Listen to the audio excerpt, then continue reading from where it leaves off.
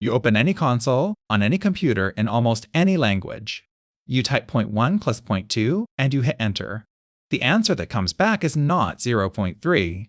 It is 0.3, trailed by a long run of zeros and then a stray 4, sitting right there on your screen. So, is your computer broken? It is not broken. In fact, every machine on Earth gives you that exact same wrong-looking answer, and they all agree down to the last digit. That kind of perfect, universal agreement is never an accident. It is a clue that something deep and deliberate is going on underneath. To understand it, start with what a computer actually has to work with. Deep down, it has only one kind of thing, switches that are either on or off. 1 or 0. Every number you have ever typed, every photo, every song must somehow be built out of those two states and nothing else. So the real question is how you fit our messy decimal world into a box made only of ones and zeros. For whole numbers, this is easy and exact. The number 13 is just 8 plus 4 plus 1, so you flip on those switches and you are done, perfectly, forever. Integers fit into binary like a key into a lock. The trouble starts the moment you ask for the part after the decimal point. After the binary point, each position is worth a half, then a quarter, then an eighth, then a 16th, and so on, each one half the size at the last. To build a fraction, you add up some of these halvings. So you can make 1/2 exactly, and 3/4, and 5/8. But you can only ever land on the marks this ruler gives you. And here is the catch. The friendly decimal point 1 does not sit on any of those marks. Written in binary, 0.1 turns into a short block of zeros and ones that repeats forever with no end. It is exactly like trying to write 1/3 in decimal, you get 0.3, repeating endlessly, and you can never actually finish.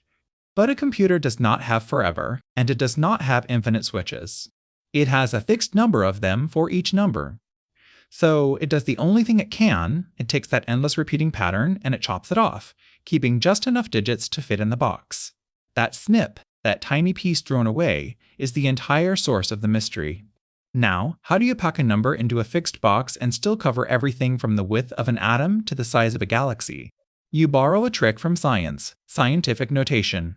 Instead of writing 6 million zeros, you write 6.0222 times 10 to the 6th. You store the meaningful digits, then separately store where the decimal point goes.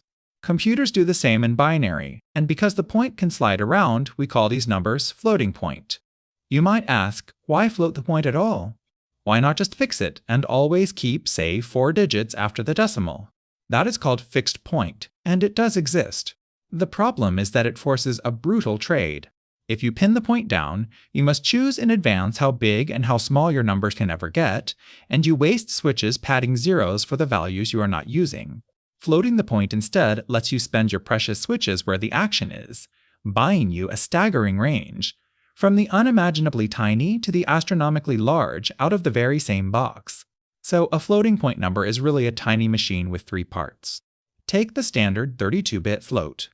The first single bit is the sign, 0 for positive, 1 for negative. The next 8 bits are the exponent, which slides the point left or right to set the scale.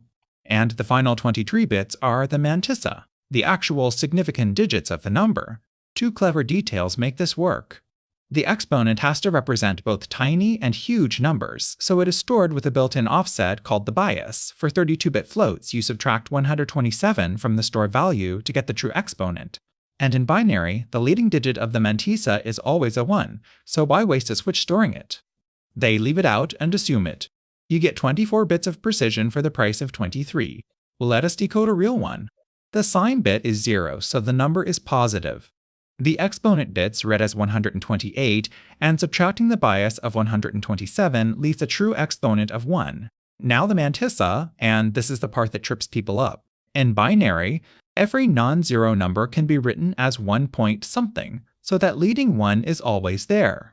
The format saves a bit by never storing it and simply assuming it. The stored mantissa bits here are the binary fraction 1/4. Add back that assumed leading 1 and the mantissa becomes 1 1/4, which is 1.25. Put it together, 1.25 times 2 to the power of 1 is exactly 2.5. Here is the consequence that surprises everyone. Because the exponent sets the scale, the representable numbers are not evenly spread out. Close to 0, they are packed tight, fine, and dense. But as the numbers get bigger, the gaps between the values you can actually store grow wider and wider.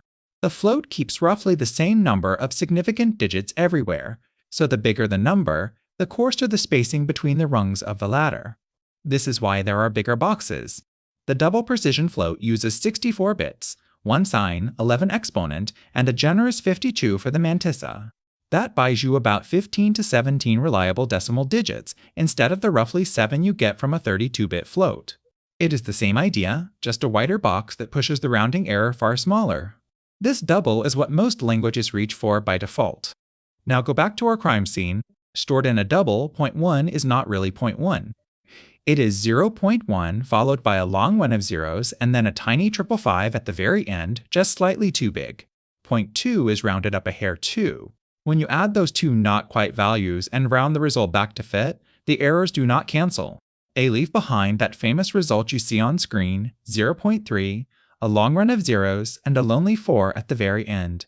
So the famous error is not random, and it is not a glitch. 0.1 rounded up, 0.2 rounded up, and 2 small rounding ups added together push the answer just past 3/10. The computer gave you the most accurate answer it possibly could inside the box you gave it. It is simply showing you, honestly, the gap it had to leave. And notice that the display usually hides this from you. Most languages round floating point to a friendly handful of digits when they print, so 0.1 looks like a clean 0.1, and the error only surfaces when 2 of those hidden tails happen to line up and spill over. The number was never exact, you just could not see the difference until the moment it leaked into view. And here is why this matters more than one stray digit. That tiny error does not just sit there politely. Add 0.1 to a running total 1,000 times, and you would expect to land exactly on 100. Instead, you get 99.9, trailing into a long run of 9s and a tiny remainder, never quite reaching 100. Each addition rounds a little, and those little roundings pile up, step after step, drifting your answer further from the truth. In a long simulation or a financial ledger, 1,000 tiny errors can quietly become one large expensive one. In 1991, this exact effect turned deadly.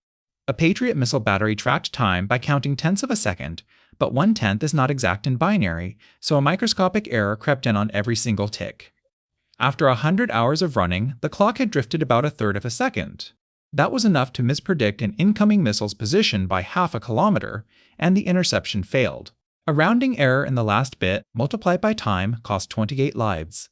The designers even reserved a few bit patterns for special cases. When the exponent field is all ones and the mantissa is all zeros, that means infinity, which is what you get when a number overflows or you divide by 0.